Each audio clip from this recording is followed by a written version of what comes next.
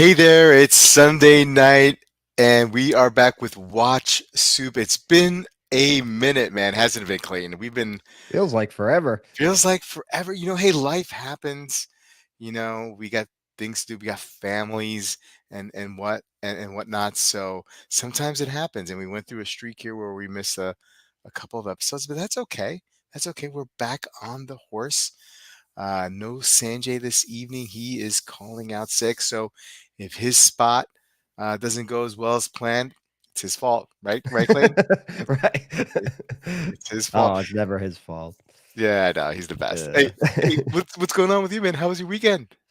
Good. Yeah, I was telling you off air. Been a little like disconnected Mm, from the watch world at large. I just haven't really had the mm, time. Work's been just yeah, crazy busy, so nothing bad. Just like yeah. all of my energy and time is just going into work. I've never really been busier. I kind of have a waiting list like Wow. Rolex now. It's Oh, a good problem to nice. have. But yeah, That is I'm a good I'm problem. like declining new business because I can't do it. So, Yeah. but yeah, just I don't know what's going on. Just every day, like 3 new client inquiries, and, I just can't Word's keep up. getting out. The I word's getting guess out. so. Hey, and your Lions won tonight, right? So Yeah, yeah. I said earlier, I was a little nervous about this one, yeah. because the Chargers' offense is, Hmm.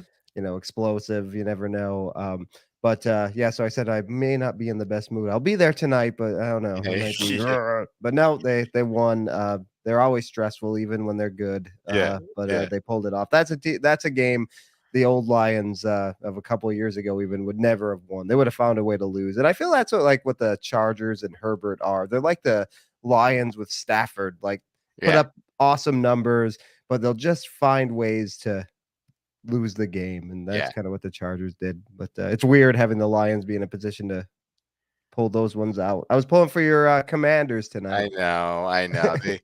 They kind of it's disappointing. I mean, like there's a lot of changes that are going to happen in the off season there, and I think it's starting to. I just hope I hope the season doesn't go off the rails. I mean, they still have a shot. I mean, like the NFC is pretty mediocre. There's a lot of like 5-5 and 5-5 Mhm. teams out there. You know what I mean? That are vying for uh for a playoff spot. So I'm not really giving up yet, even though they seem to have, or at least with some of the trading that they've done in the last week or so of some of their defensive ends. Anyway, enough football talk. We don't want to bore some of the chat here. Hey, what do you have on wrist this evening? I am still wearing my, black FXD on Oh, the great watch, man. Octopod, clasp from Zulu Diver that, Oh, if very you nice. Yeah, like the look of NATO straps or Marine Nationale, but don't really like wearing them, that's kinda where I fit. This is a perfect solution. It's great, keeps them a little bit tight. I find when I wear NATO straps, because 'cause I've been wearing them for a few days, my preferred hole gets kinda, stretched out and the strap's yeah, sorta useless yeah, after just even a few, days of wearing, so yeah. this is phenomenal, and once you have the buckle, that's like a $100 investment, but the straps are pretty inexpensive, like $12 each. So once you have the buckle, and then Yeah. you can just add, more straps, and it's pretty inexpensive. So I love it. I think it's a great system for people who don't necessarily like the excess strap bulge of a NATO Yeah. strap. Yeah, that's great, and I'm glad like you found some satisfaction with that because I mean that's something that I looked into kind of and like I didn't want to make the commitment on that. I mean, Yep. you know, um, I have enough straps. You know what I mean? I don't really, but I mean that's good to know. That's really really good to know. Thank you for sharing that with us. Hey, I got the Masco DK 36. I Nice. just published a review on it Yep. yesterday. Very good. Yeah, great watch. And thoroughly enjoying it. It's like very very good everyday kind of piece. So loving that still. Hey, let's say hello to the chat. And then we'll get right into Watch Soup. Hey, Maison is here. How you doing? Hey, the great Gambino. What's going on, buddy? Good to see you. FP Wilson is here. Also happy about his Detroit Lions. Homer, what's up? Watch Soup's number one fan. Love Homer. That gave James me an Duffy. idea for tonight's video too. Yeah, Yeah. yeah. That's right. Yeah, that's right. That's right. Yeah. Spear checking in from Pittsburgh. Underachieving watch collector is here. Caliber is here. Hey Keith, how you doing? Peter C, what's going on? Hey Kevin, good to see you. Coming in from Lakeland, Florida. Awesome. Deech is here wearing his SBGH 205 high beat. Nice. Um, Steve is here, Mr. Time Hill. Yeah, Caliber, big Lions fan as well. Um, Meznine is here. Good to see you. Um, and scrolling, seeing some new faces. Bill K, how you doing, Bill? Joey B is here. Eagles with a week off for Joey B, so he can relax and watch some Watch Soup tonight. Hey, Dibs here wearing his SGE 093. Very nice. Okay, and Zulu tonight for Joey B, his Longines there. Hey, so why don't we get started? Oh, and Penny getting in there. How you doing? Good to see you. Penny. Yeah, awesome. Mezzine wearing his BB-58. Great. Okay, so let's jump right in. Okay, and this is we're gonna Do it. go with your first pick here. The Rampley and Company, surprising psychological effects of wearing a watch. Great choice here by Homer. Passing it along to you tonight. Yes. It was a really good video. Take it away. Yeah, not only does Homer, listen regularly and watch regularly, but he also sends videos he thinks might be great topics for us to discuss. So, yeah, you're the best, Homer. Thank you for this one. I've never watched. Obviously, I'm familiar with Nicholas from Fears, but I Hmm. was not aware of this channel. So, a new subs for me. It sounds like they're an authorized dealer over in the Hmm. UK. I think Hmm. they must sell Fears. Nicholas from Fears does some videos for them. So he talked about the psychological impact of wearing a watch, and there's a couple different kinds: internal and external. Internal, a watch is an incredibly personal thing for us. Obviously, we some of us spend thousands of dollars on them, so that means we must really like them. It's something that brings us pleasure. Obviously, we buy them for other reasons too, Hmm. maybe, but for the most part, it's something that we choose. So I think that's why we get so heated sometimes and about them, because we take it personally when somebody doesn't like a watch that we really like and that we forked over big money. So I think that's why people in discussion groups and forums and stuff get so mad, because it is such a personal thing. He talked about how it's something we wear against our skin. Most things that touch our skin, like you said in the video, get gross and we throw them out. Socks, clothing, underwear, all that kind of stuff. We chuck that after like a year, right? Because it's gross. But a watch, that's not the case. We wear that against our skin for sometimes decades. I know Sanjay is a new man. He'll be doing that here. He'll hang on to these watches for a long time. Right. So, um, that really for us guys, that's really like the only thing, a wedding band perhaps, but really that's about it. A watch is something we wear against our skin. Hmm. It can become a friend, your lucky watch that something great happened when you were wearing that watch. A trusted accessory, it's with you through good times and bad. He said they can make you feel a certain way too. Like a big chunky watch can make you feel like a badass, right? Like I kind of feel like a tough wearing this, like it's just a badass dive watch. Yeah. But can make you feel a little more sporty, adventurous. You put on, like when I put on my Moser, I feel a different way. Hmm. And watches can kind of do that. I've always said it's sort of like cosplay. We can kind of pretend we're pilots or divers or fancy men about town playboys, as he said in this video, right? Watches can kind of make us feel that way. That's the internal psychological impact they have. The external is what the watch tells the outside world about you, and it does tell them something, whether you like that or not, or whether you want it to or not. If people see that you're wearing a certain watch, they're going to have some preconceived notions about you just from that. um, he said there's a saying that the reason where men wear and buy expensive mechanical watches is that it's far easier to wear a fancy watch to a bar than it is a Porsche.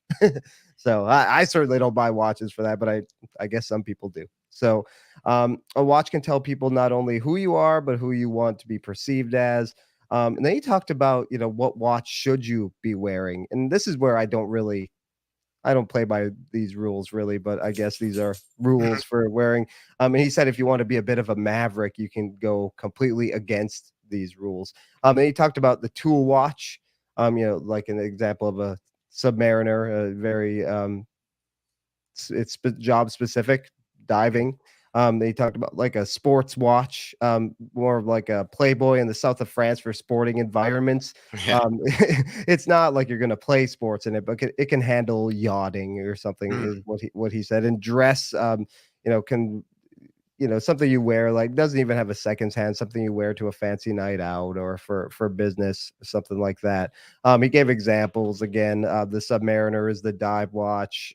Extreme activity can be used for a sporting watch, might be like an AP Royal Oak. Looks nice in any situation, but also tough enough to handle water resistance and all that. Ultra slim Calatrava for a Mhm. dress watch. Then he talked about like the watch that's your daily watch, something that can be just in any situation. You can wear it to mow the lawn. You can also wear it to dinner out. Um, casual. It kind of fits you. If you're more casual, you can find something like that. Date just, he said, is like a perfect example, something that can be dressed up or dressed down. And if you're a maverick, you'll wear, a tool watch with a suit.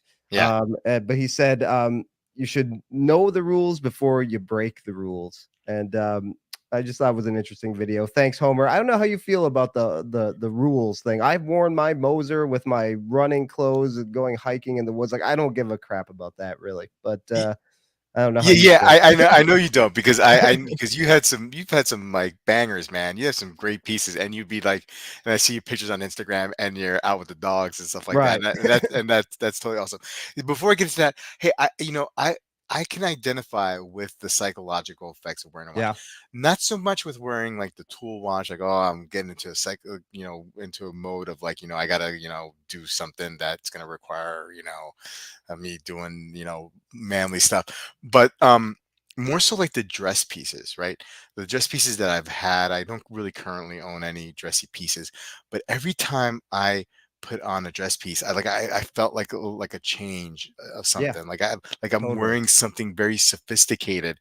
And and so like, casing example, like I used to call my Kadoke, my evening watch, right? And I would put it on after the kids went to bed, just so they wouldn't like, get near it or like damage it by accident or whatever.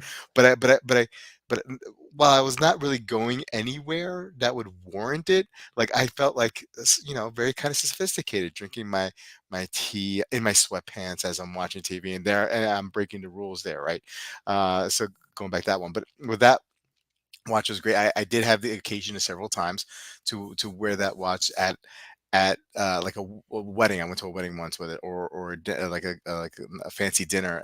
That too, I wore that watch, and I really felt like it really completed like everything, whether it be what I was wearing, the mood I was in. Like it really like completed it. It was like a tying the room. It was like a carpet tying the room together, right? Yep. And it definitely had a psychological effect on me. Um, and so, not so much again, not so much the other watches, although I could see how like if somebody put on a dive watch, oh, I'm in that mode, right? Um, as far as the rules go, I mean, I think like post quarantine, like right there's no. I feel like the rules are Out the really window. yeah, Yeah. if they're not out the window, they're definitely more flexible, right? I mean, like Right. nobody, so many people are working from home as opposed to working from an office. So many people are not dressing up in suits anymore, going to the office. I remember when I first started working in the mid '90s, like in corporate America, like you had to wear a suit, and that in time evolved away from that to like business casual, right? Finance, I know a lot of the guys still wear suits, but maybe that's even changing now, Yep. and law firms as well. Maybe you just wear a suit when a client comes in, but like when there's no clients, you take it easy a little bit with the business casual. So I feel like and post quarantine, I think the accelerated those changes. So right now you can wear a fancy watch with like chinos or something like that or shorts, you know what I mean, like who Yep. cares, you know what I mean, who cares, Yeah. like it's your personal choice, right? So that's Yep. where I stand There's a with that. great meme that I saw, once. It was like, my watch it was like a couple, and there was a woman in a dress and a man in like, looking in like a hoodie, looking like a slob, and it was like, "My watch," and it was on the woman in the dress, and then she was holding hands with her boyfriend in the hoodie, and it was like me. Yeah, Yeah. like usually I'm wearing like a a very fancy watch, and then I'm just dressed in holy t-shirts and Yeah. yeah, the Yeah. dog Yeah. slobber all over me. Yeah. Yeah. Yeah. But I mean, going back to like, now that I really don't, go into an office, I work from home mostly. I don't really have any occasion to wear. I mean, I don't have the fancy watch anymore. Yep. The dressy piece, and so like, I mean, it is what it is. I mean, because like, I guess like following the rules where if I'm gonna be, if this is my life, right now, where I'm just like in the country, and not having too much exposure to events, then why own that piece? And I do fall into that. So while I like to break the rules or feel like the rules are meant to be broken more, I still kind of sort of follow some rules. I'm Yeah. not as as you are. You just don't care, and I love that about you in regards to some of your pieces. I guess in a way I aspire to be that way, but I'm not. I'm falling short.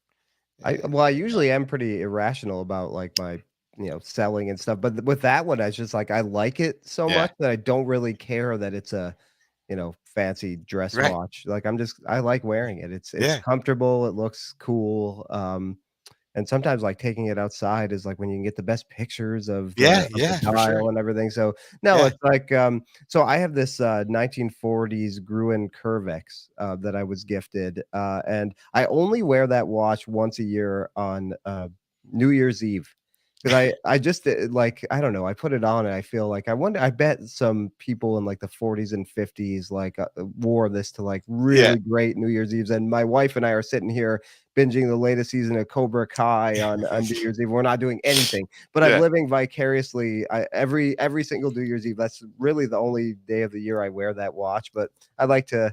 That's kind of like internalizing it a little bit. Like, I bet this watch saw some really wild, like fun New Yeah. Year's Eves in its day, and it's living a sad, boring life now. But But that's great though. That's great that yeah, you pull it out and you still yeah. have it.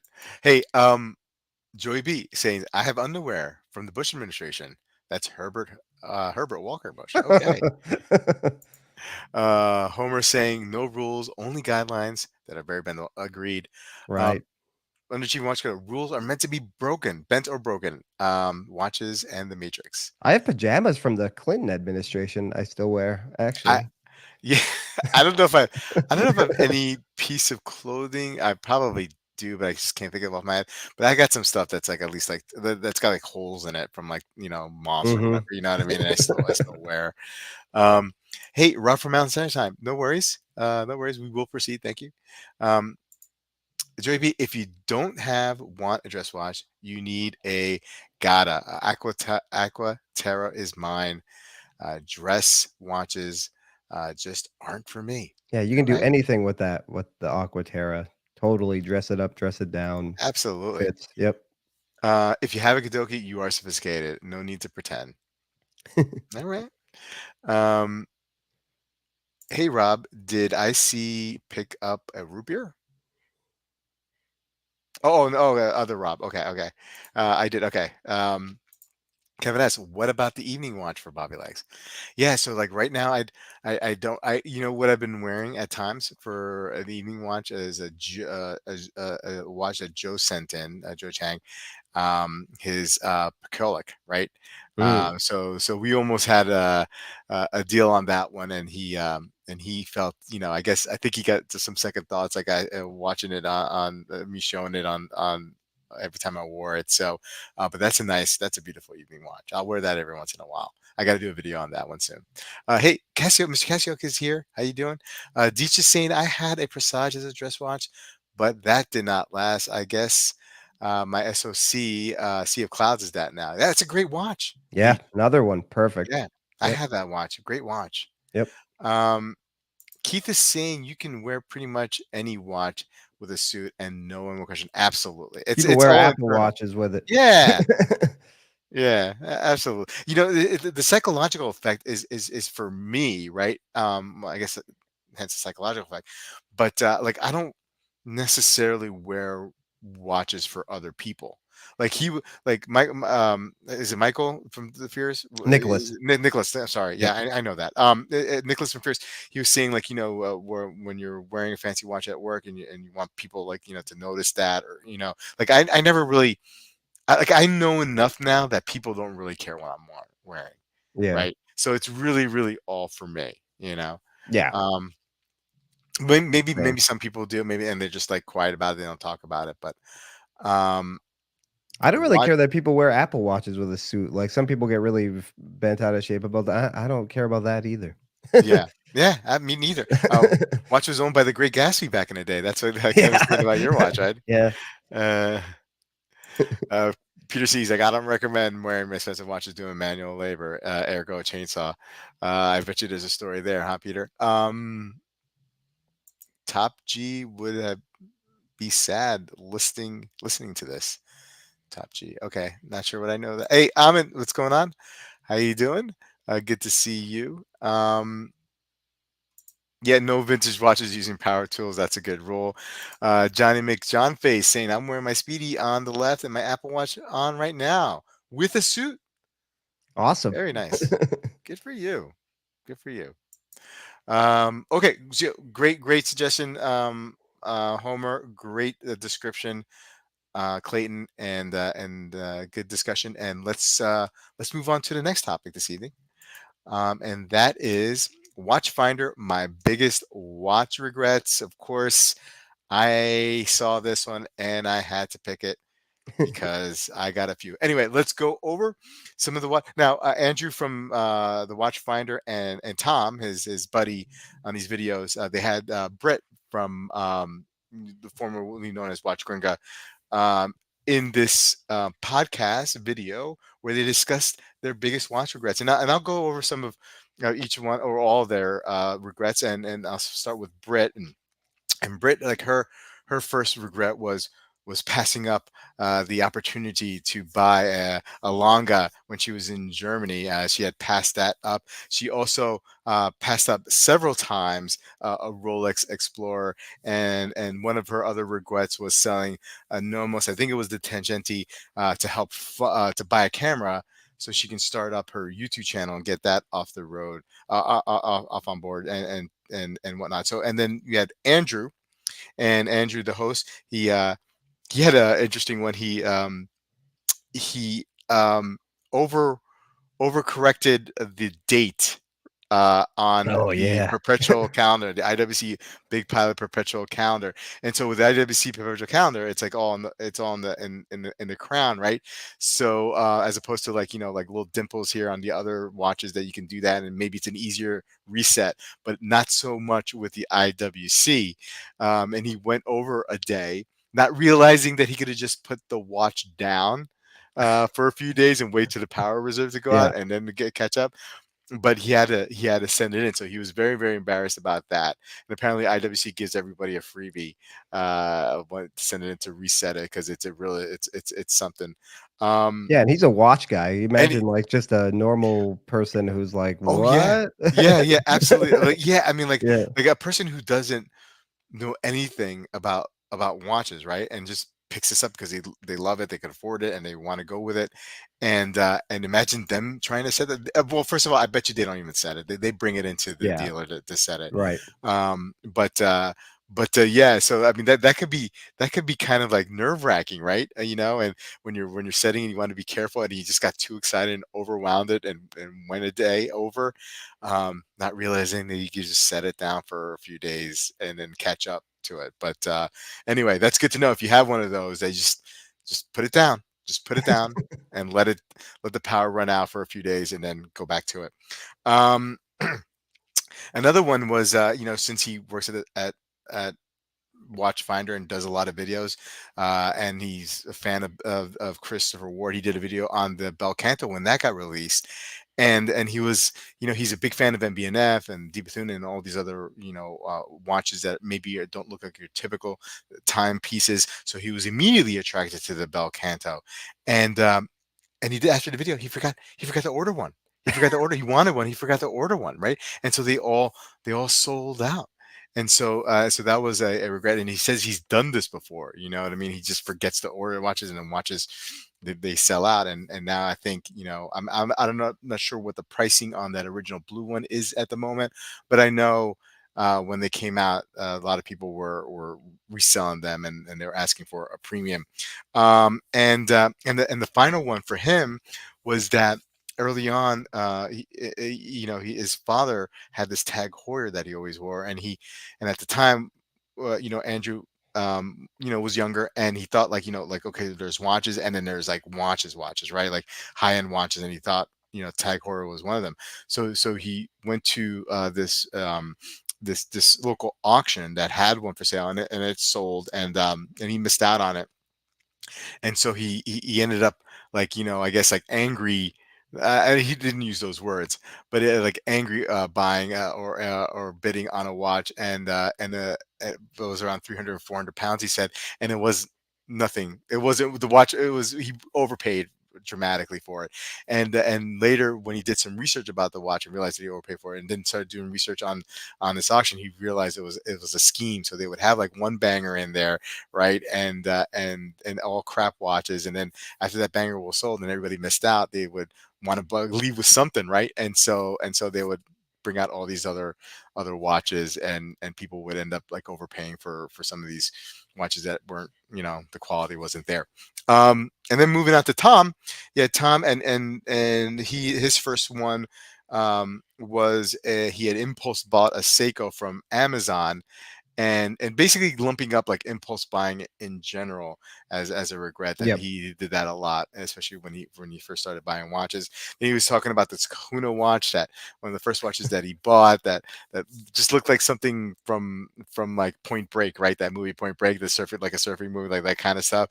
And then, years later, he went back home, and his parents were trying to get rid of some of his stuff, so he put a lot of stuff up on eBay, and he sold it. And he regretted selling that watch on eBay. And just like Britt, who regretted selling her Nomos, and she had mentioned that she wanted that exact watch back, not the model, that exact watch back. He felt the same way about the Kona. Like, he really wanted that one watch back. Um, and then finally, this one was bananas, right? He was doing, Oh spending all man. day, yeah, as a photographer, because he's a photographer, photographing watches all day, right? And so he had all of them like on a tray, and he had to, put them back into the vault. And so he's like holding the tray with one hand, and opening up the vault in one hand and the other hand, and one of the salesmen was like, you need some help, and he's like, no, no, no, I got it, right? And that was a regret, not letting the guy help him. So sure enough, a watch fell off the tray, and he was like, he thinks it was like a rose gold, like, gem set Daytona, like a 200,000 Oof. pound watch, value wise, 200,000 pound watch. That fell to the ground and cracked or whatever, and he's like, that was a bad day, right? That was a bad day. That was a bad day for him. But, you know, Clayton, I want to ask you, like, well, what, your thoughts on the video, but also, I feel like we've talked about regrets before, and maybe it was with you, maybe it was a different stream. I feel like I always talk about it. I know I've had a few. What are some of your watch regrets, if you have any? Yeah, so first the video was good. I like the, like, playful banter between, and you could tell Andrew and Tom are just, like, good friends, because there's, like, some he'll get Andrew to, like, really Tom will get Andrew to, like, really giggle at some things, Hmm. which I kinda get a kick out of. So, but yeah, they were funny. The video was entertaining. Yeah, so, I mean, I feel like I talk about the same ones all the time, so I tried to think of not real regrets, like, I'd Hmm. probably do them all over again, but things like 'cause, I'm impulse Hmm. buyer and also an impulse seller sometimes because I'm an Hmm. impulse buyer, right?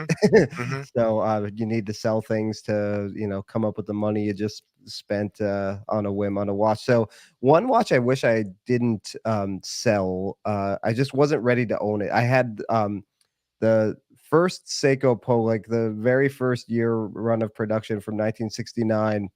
It's the 6139-6000.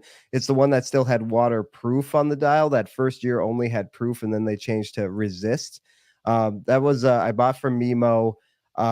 Yeah, I was really into the Pogue at the time, and I'd never really had a vintage watch, and it was in, like, original condition. When I got it, it was, beat up. It's a gosh, what was it at the time? A 50-year-old plus watch, and I just was not ready to appreciate the wear and tear on that watch. Like, I was a little turned off by it, didn't really wear it much. If I got that now, I would have a whole different appreciation for it, Mhm. but I wish I would have just, like, hung on to it, not only because I think they're worth some money now, but it's just a darn cool watch, and what I wouldn't give to have that back. It was all in original condition, which is really hard to find. We those get redialed and monkeyed with all the Yeah. time. So yeah, that's one regret. I wish I would have just embraced the wabi sabi scratched up bezel look of that watch and just appreciated that that's not a bad thing, that's a cool thing. This watch Yeah. has lived, like, what a life this watch has lived, and, yeah, now I'd have a whole different appreciation. It was pretty early on in the hobby for me, so, now I regret, like, boy, if I had that now, it would be a completely different story, but Yeah. Yeah. yeah. How I about you? Oh, yeah, well, I mean, I got a few. I got a few, and I'll go over some of them, and some of them have now addendums to it because more things have happened. And I'll try to zip through because I know the chat has heard a lot of these stories. But of course, the biggest one, um, a week before getting married to my first wife, um, going to Tourneau and going to buying a Submariner, and was convinced by the salesman to buy a Tourneau Gotham chronograph instead, and almost immediately regretted buying that watch as. And the marriage didn't turn out. A few years later, divorced. Um, Down the road, end up selling that watch. I could only get like $500 for it. The watch I spent. I think at the time it was like $4,700. Totally Man, bamboozled, hoodwinked. I didn't wasn't really a savvy watch person then, or some, well, not to say that I am now, but in regards to appreciating what was the value of like the Submariner at the time yeah. versus the value of the Gotham at the time, which was You didn't really. play the music. Yeah, yeah, yeah, yeah, yeah. So addendum to the story, ended up 14 years later, 14 years later, getting that Submariner finally. Yeah. And as you know, and then addendum to that story, I ended up selling it like a few months ago. So hey, How are it you feeling happens. about that? About that move? I'm totally good with Yeah, it. I'm yeah, totally good with it. I just for where my life is, having that piece um in the watch box, and knowing how much it's worth, and then knowing that we got stuff to do in the house. yeah, You know what I mean? At the time, you know what I mean? At that particular moment in time, or like getting doing a family vacation, like those things were just much more yeah. important for me. Um, That's how I I'm a felt hip. about I put the Moser up for, not to Mm, cut you off. I put the yeah, Moser that's right. up, for sale, like, briefly, Yeah, a couple months ago now, yeah, and, my wife actually talked me out of it because I was yeah, just, like, thinking about all the stuff we have to do yeah, and yeah, the yeah, yeah, yeah, dogs and chemo and, like, it's super expensive, like, all yeah, this crap, and my wife actually was like, "Don't sell that." yeah, Like, yeah, you don't have to do that. I was like, "Oh, alright. yeah, yeah, If you insist." yeah, yeah. 'Cause I Um, do worry about that kinda stuff. Absolutely, Yeah, absolutely. I think most of us do. It's just weathering that storm of emotion, yeah, you know what I mean, first, and just like not running with the first idea. That for me, running with that first idea in my head, it's not always like the best idea, it's the best thing to do, right? But I run yeah, with it, and I just got to remember to, rein it in sometimes. A couple other regrets. I mean, look, I had the Seiko Sarb 003 3 a few times, and I sold it. I wish I'd never really sold it. I like that watch now. It's like for what they're asking for online, it's just totally not worth it. But at the time, it was a great piece, a great versatile piece, and it's just a nice little watch to have. I wish I never sold that. I wish I never took like a drill to the screws of my Zin U50 when I stripped the screw, trying to change a link out of it. yeah. I think I may have mentioned that I almost did, but in all reality, I actually did. I was just too embarrassed to admit it. But yeah, yeah. Make sure you heat those screws up. Run them under hot water first Yep. before you change them. The Kadoki, selling that, I really wish, I had to do it at the time because, we're trying to close on a business and I needed some cash to help do it. But I sold that, stuff like that.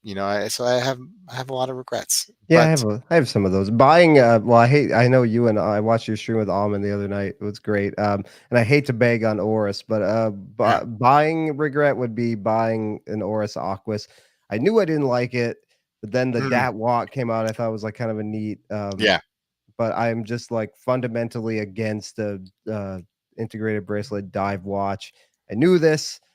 I in a moment of weakness trying it on at the authorized dealer. I like them. I was like, mm, I'm just gonna buy it, and it was dumb. I knew walking yeah, out of there, I was like, oh, this thing's not gonna last. That was so stupid. yeah, So yeah, not to pick on Norris, but I guess I am. yeah. But it just Hey, I didn't like the way it wore the bracelet. I found uncomfortable. I don't know. yeah, no, hey, listen, you can pick on ours. That's fine with me. Yeah. One more regret that I thought of, and that's when I selling my original Black Bay 58 at the time. Mm, And looking back at it, I was like, that was a bummer. Um, we bought it, and then like in a month or two, I sold it again. So like maybe there's something to what like Britt and Tom was saying about that watch. Maybe it's not yeah. not necessarily that model per se, but that particular watch. So maybe there was something to that with me with the Black Bay 58. So selling it originally was a bummer for me. Um, hey, let's see what the chat has to say.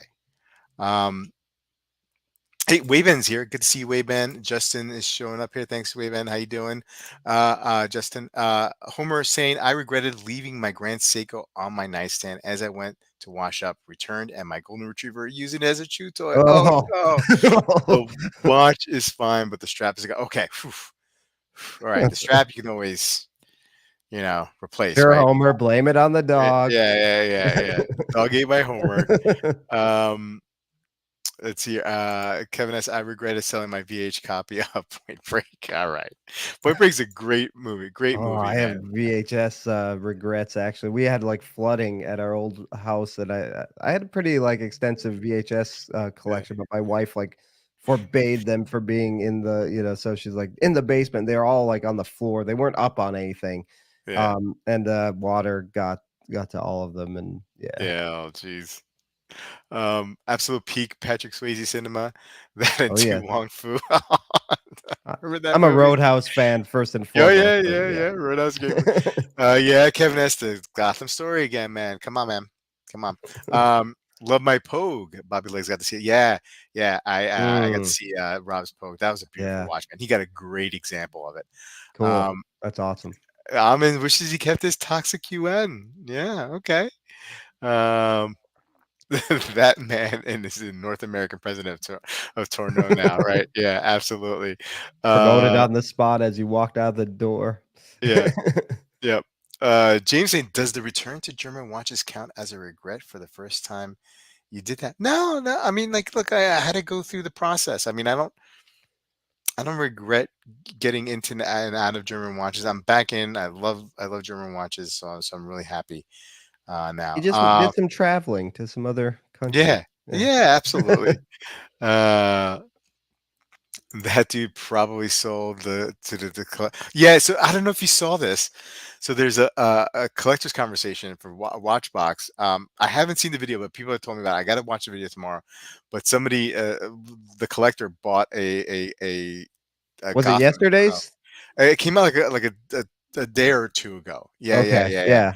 I watched Uh, some of that one. He did have some interesting, watches, but yeah, I missed the Gotham, or I didn't see that, but yeah, yeah, I got to check it out. that's awesome. Kevin S. says, "How long is the show?" Bobby goes into list of watch regrets. Okay, all right, Kevin S. I regret. No, I was gonna say I regret Kevin S. Of course not. He's the one. He's the best. Uh, my only regret is looking more into watches. Oh yeah. Yeah. Um, oh man, I had a vintage situation similar to that. It just wasn't the right time, but I had a Hoyer Viceroy, which I flipped and should have kept it. Yeah, those are Um, big money. Rob, how can you regret disarm and sell so many times? I do. I do regret it, man. I mean, that's a trick question. I uh, have regrets, but, like, selling my Explorer for a Submariner, because ultimately, I think I like the Explorer more, but I would have always been wondering, so I don't really regret doing that. yeah, I'd yeah. probably do the same thing over again. Right. Yeah. BB-58 doesn't get the hype anymore, but still a great watch. It does. It's Yeah. still a great watch. James is saying, I regret buying a lot of vintages at the time. I ended up with a few keepers, but also a pile of watches that need service. Ah, good point. Yeah. Bobby Seiko regrets. Yeah, I went through my Bobby Seiko. I don't regret my Bobby Seiko days. Um, Lyndon is saying, regret selling my Orient Mako 1. I've moved on to much more expensive watches, but nostalgia is an MFer. Sure Yep, is. yep. Uh, Steve, thank you for the Gotham story support. Um, Gotham story is like reading goodnight moves. Gets old. Uh, Here we go. Joey B. The Gotham story is like the story your uncle tells every single Thanksgiving. It's just when the holidays. Man, you guys are Now do you brutal. embellish anything? Because I know, like, a lot of stories Absolutely my not. uncle, tells, every year, something gets added to it, you know? No, no, no, no, no, no. I don't have to. I don't have to embellish that story. You know. Okay. All right. Anyway, moving on to Sanjay's pick. Coincidentally, Sanjay is not here this evening, but he picked Uptick Watch Reviews. Watches I kind of should have sell, but don't really want to, but might. Or Clayton, Not you wanna give a hack at this one first? Yeah, I didn't take, you know, exceptional notes on this or detailed notes or anything, but the video was, just as rambling as the title, Mm-hmm. which I got a kick out of. Yeah, I'm not super familiar with, this person's channel, so he just kinda was talking about some watches that he's never going to get rid of. What a baller collection, holy crap. Mm-hmm. He just kept throughout the whole 20-minute video was just like, another Patek, another Yeah. Cartier, another a bunch of Rolex, like, holy smokes, this guy. But he has a Wimbledon, a Grand Seiko that he really loves. Then he brought out the Explorer and Patek. Then he has watches that he doesn't wear, but he loves photographing them. This older Yep. Zenith that he had out there for a long time. He likes that he owns it, but he doesn't necessarily wear it. And I've been there with some watches too. Now I've mostly kind of sold a lot of those on and just have watches that I wear. But there's some others I have just to have. He is a wearer, so that's how I kind of am. Like he feels like he should move on if he's not wearing it because he can use that money to, Mm-hmm. add something to the collection that he would wear. Um, he lives in Hong Kong, so yeah, he kept saying over and over, and like we had talked about off air, this video could have been like half the time. I think Yeah. it was very rambling, but he would rather sell it locally. He wants a good price for it. He does not want to just sell it to sell it. Like he needs Yeah. to get the right price. He does not mind keeping if that price can't be met. So he's trying to be a collector, like a lot of like we said earlier, like a lot of us. Me, I will say, I have bought watches, and the way to fund that is through selling. So that's why I've Yeah. gotten rid of a lot of watches. That might be a regret too. Maybe I wish I just didn't move on from some things when I wasn't ready to, because I really wasn't. I that impulse to buy something overrode the Mm-hmm. like my love of that watch, and it was just like a friendly fire as a casualty of my impulse buying. Um, and then he just brought out some watches that, maybe on the chopping block. He talked about that Zenith, Louis Yeah. Erard with the, I don't know what it's called, but with like the scary monster Yep. face. The Omega Aquaterra World Time. It's a lot of money into a watch he doesn't wear. He really just doesn't wear it. It's also machine finished, and that bothers him. He'd rather like have watches that are hand finished, Mm. like more independence. Mm-hmm. Then you talked about the Longines Legend Diver and the Garrick. So yeah, I don't know where he's at. Sounds like he Yeah. will sell these eventually. Probably where a lot of us are at. Like there's some watches I could sell right now, but Mhm. they're not very expensive, so I don't mind that they're just sitting there doing Yeah. nothing. Like all the watches I have significant money into, I kind of wear on a regular basis. So, yeah, that's about all the notes I had on this one. Yeah. Yeah, I've been following him for a while. He was one of the first channels that I kind of, um well, that I subscribed to. And at the beginning, he was, he started like, with more of affordable pieces, right? And then he he got into luxury Yeah, and got high-end in big luxury, and then time. really got into high, like he poured gasoline on it, and just like it just seemed like every week he was getting like a new high-end piece. So like there was a lot of identification with him in the beginning of his collecting, and then like he just took off. And some of the watches that he got were just great watches, like very similar, especially in those first couple years that I was following, very similar in style of watches that I liked as well. I love that triple calendar, that Zenith that he Yeah, has, that's a right? cool watch. And that he's had that watch for a while, and I'm kind of sad that he's thinking about trying to sell it. Although I don't know how much he's going to get for it. I mean, like I think the price that he's asking for is like 4,000, or that's what he had in mind. I think maybe a couple years ago he could have gotten that. Those watches Yeah, are a little bit lower than that, a little bit lower than that, like maybe in the low threes. I've seen.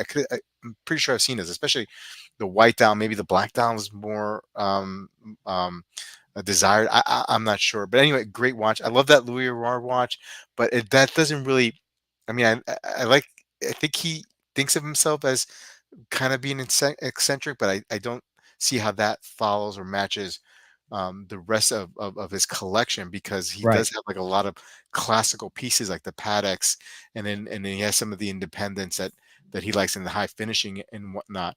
Um, so, but I mean, like, look, he's struggling like the way we all struggle with having like too many pieces that Yeah, we don't wear and it's laying around, and what are you doing there? Like, I think like ideally, like so there's a lot of identification here with that I have with him, but for me, like if I'm gonna get to a point where I'm gonna have to have watches laying around that I'm not wearing much, man, they gotta have.